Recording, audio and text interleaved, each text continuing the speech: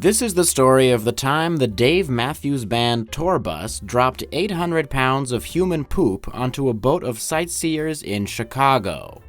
I know I usually give you some suspenseful introduction to these videos before building up to the title of the story, but there's really no way to cushion the blow on this one. So, like the passengers on that boat, let's dive into what has since become known as Poopgate. It was a warm summer day in Chicago in 2004. The Dave Matthews Band, best known for hits like Ants Marching and Crash Into Me, were doing a 2-night show at the Alpine Valley Music Theatre in Wisconsin, but were staying at the Peninsula Hotel in Chicago, about a 2-hour drive from the venue. Naturally, they had a few tour buses with them to get the band and their crew to and from the shows.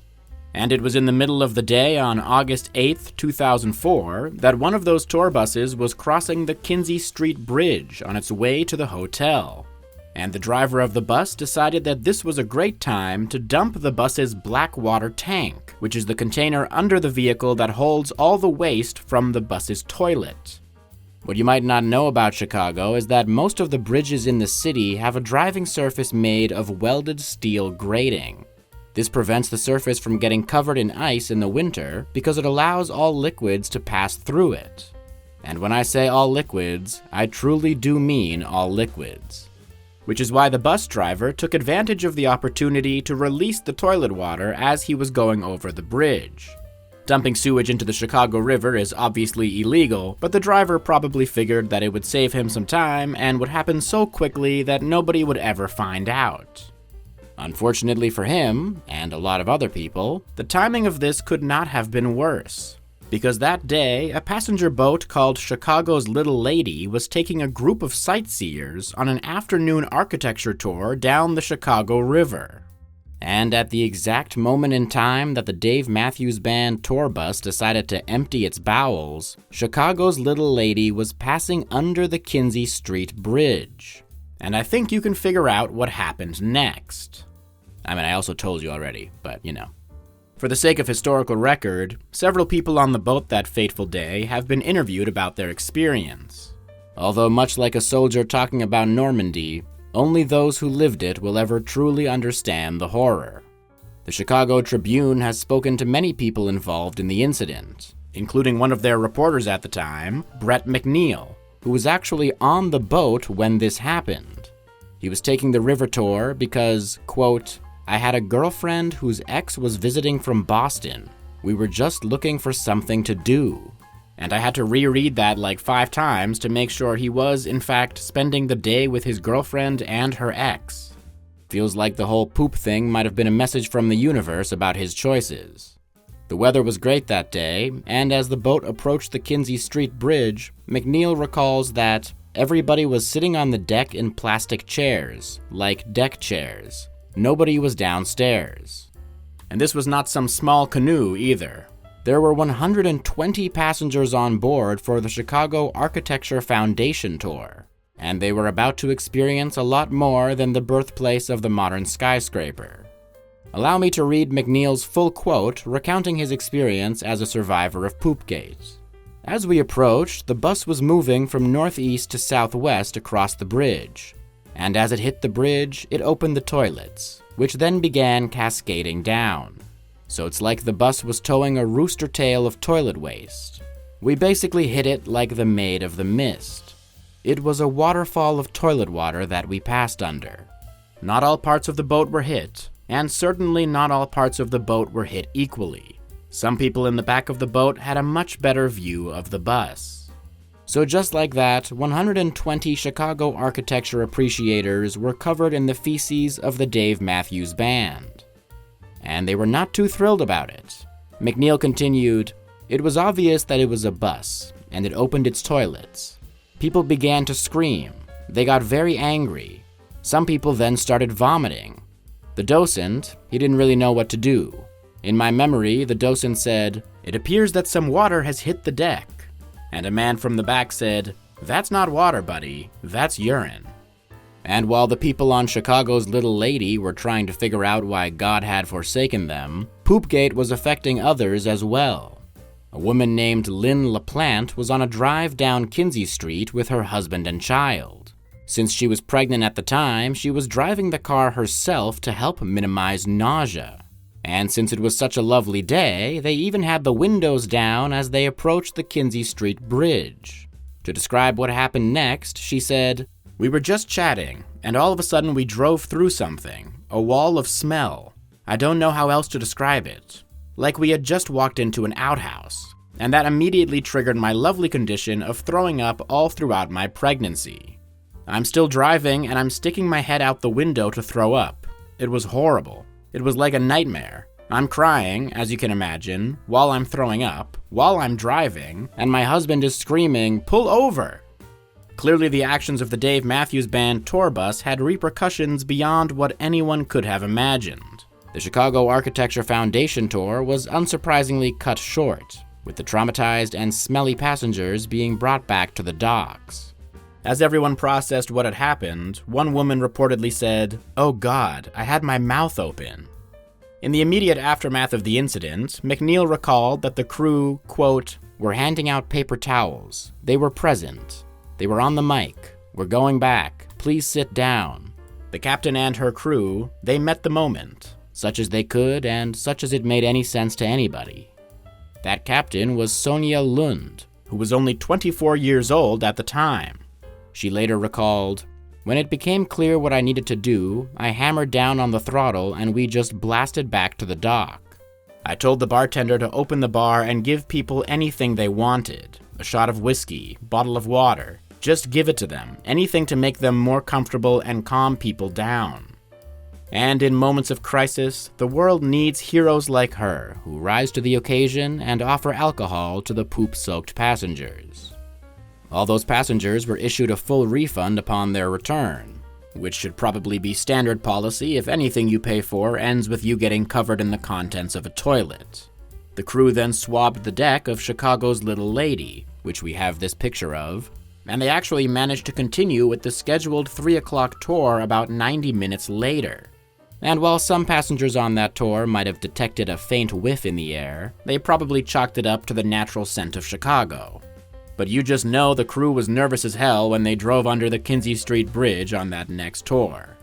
But even if the company moved on quickly, the passengers were permanently scarred. Many of them remained sick for hours after the tour, with their clothes completely ruined by the substance they were covered in. One woman reported going home and showering for 2 hours before cutting her long hair short the next day. 5 people were even taken to the hospital for testing. A physician working at the hospital later said, "We're not very impressed with scenarios that would gross a lay person out. But this one was..." People were talking about it for a long time afterward in the department. Once the dust had settled, everyone was trying to figure out what exactly happened. An investigation was launched by the Illinois Attorney General Lisa Madigan. When the office interviewed people involved, one witness provided an Oregon license plate number belonging to a tour bus. And it takes some real composure to witness such a horrific thing and still write down the license plate. However, the bus that was linked to the license plate was actually a different one in the Dave Matthews Band fleet. And the driver of that one, a man named Jerry Fitzpatrick, was adamant that he was not involved. So much so that when a Chicago Tribune reporter called him, Fitzpatrick had a nearby police officer inspect the bus's septic tank and confirm to the reporter that it was nearly full. Which I'm sure is exactly the kind of work that police officer was dreaming of when he joined the academy. Fitzpatrick even defended Dave and the fellas by saying, "This band is very environmentally conscious. We wouldn't have anything to do with this sort of thing." Over the course of 2 weeks, Chicago police detectives obtained security footage from nearby businesses to see if Poopgate had been captured on film. And since this was in 2004, they were sifting through the grainiest footage of all time to find it. But they finally managed to locate this shot of the bus approaching the bridge at that time, which became the Zapruder film of Poopgate. By the way, this was only 18 minutes into the architecture tour, so you know those guys only saw like 1 or 2 buildings before the whole poop thing. On this bus, the driver was a man named Stefan Wohl, and this was the bus that specifically belonged to the violinist of the Dave Matthews Band.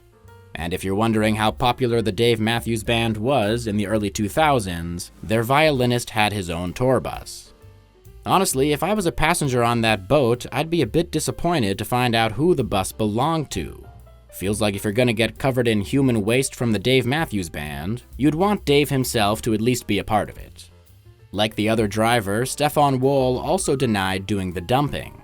The band released a statement saying, "Our driver has stated that he was not involved in this incident. We reserve judgment on anyone until we have seen the evidence." Which sounds like the statement you release when you kinda have a feeling this guy was responsible for the dumping.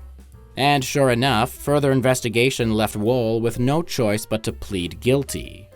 The court filing describes the incident as follows. The liquid waste was brownish yellow in color and had a foul, offensive odor. The liquid human waste went into passengers' eyes, mouths, hair, and onto clothing and personal belongings, many of which were soaked.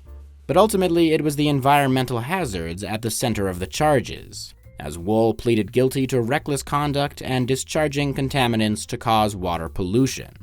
The state's attorney general said, "This incident may be unique, but that does not lessen the environmental or public health risks posed by the release of at least 800 pounds of liquid human waste into a busy waterway and onto a crowded tour boat." The court sentenced Stefan Wohl to 18 months probation, 150 hours of community service, and a fine of $10,000. He was also fired by the Dave Matthews Band. The violinist, however, was exonerated by reportedly not being on the bus at the time of the dumping. Although conspiracy theorists in the DMB fan base will debate just how true that is for the rest of time. At a press conference, Chicago Mayor Richard Daley said, "The action of illegally dumping in the Chicago River is absolutely unacceptable." But he also made a point of letting everyone know that he considers the Dave Matthews Band to be, quote, "a very good band." Thanks for clearing that up. But they probably appreciated it, because the whole thing was a PR nightmare for the band. In an effort to patch things up, the Dave Matthews Band donated $50,000 to the Chicago Park District and $50,000 to a charity called the Friends of the Chicago River. But that wasn't good enough for the state of Illinois, who took the band to court. And that's the kind of case you can't really fight if you're trying to own up to it, so the band ultimately paid $200,000 in a settlement with the state. They also agreed to keep a log of every time their tour buses empty their blackwater tanks for the next 5 years. But I guess once 2010 rolled around, the mystery dumping was allowed to resume. Less than a year after the incident, the Dave Matthews Band teamed up with Ben & Jerry's to release an ice cream flavor that would raise money to fight global warming. Although maybe they should have thought twice before naming it Magic Brownies. That's not even a joke, that's the actual name of the flavor. In the years since, Poopgate has lived on through the stories of the survivors. The whole thing has etched itself into Chicago history, with one group even installing a plaque on the Kinzie Street Bridge for the 19th anniversary in 2023. Glad they were able to do something special for the big 1-9. In 2024, Captain Sonia Lund said, "It was a few years before I could take it a little less seriously. It was just terribly upsetting, and I was like, why is everyone laughing? It's not funny, it's terrible." But of course, time heals all wounds. Many survivors of that fateful day have said they now even look forward to the anniversary texts from their loved ones every August 8th. Still, I'm sure it's hard to listen to Crash Into Me without detecting a distant scent in the air. Now please consider subscribing, or I'll send you on a river tour with your girlfriend and her ex.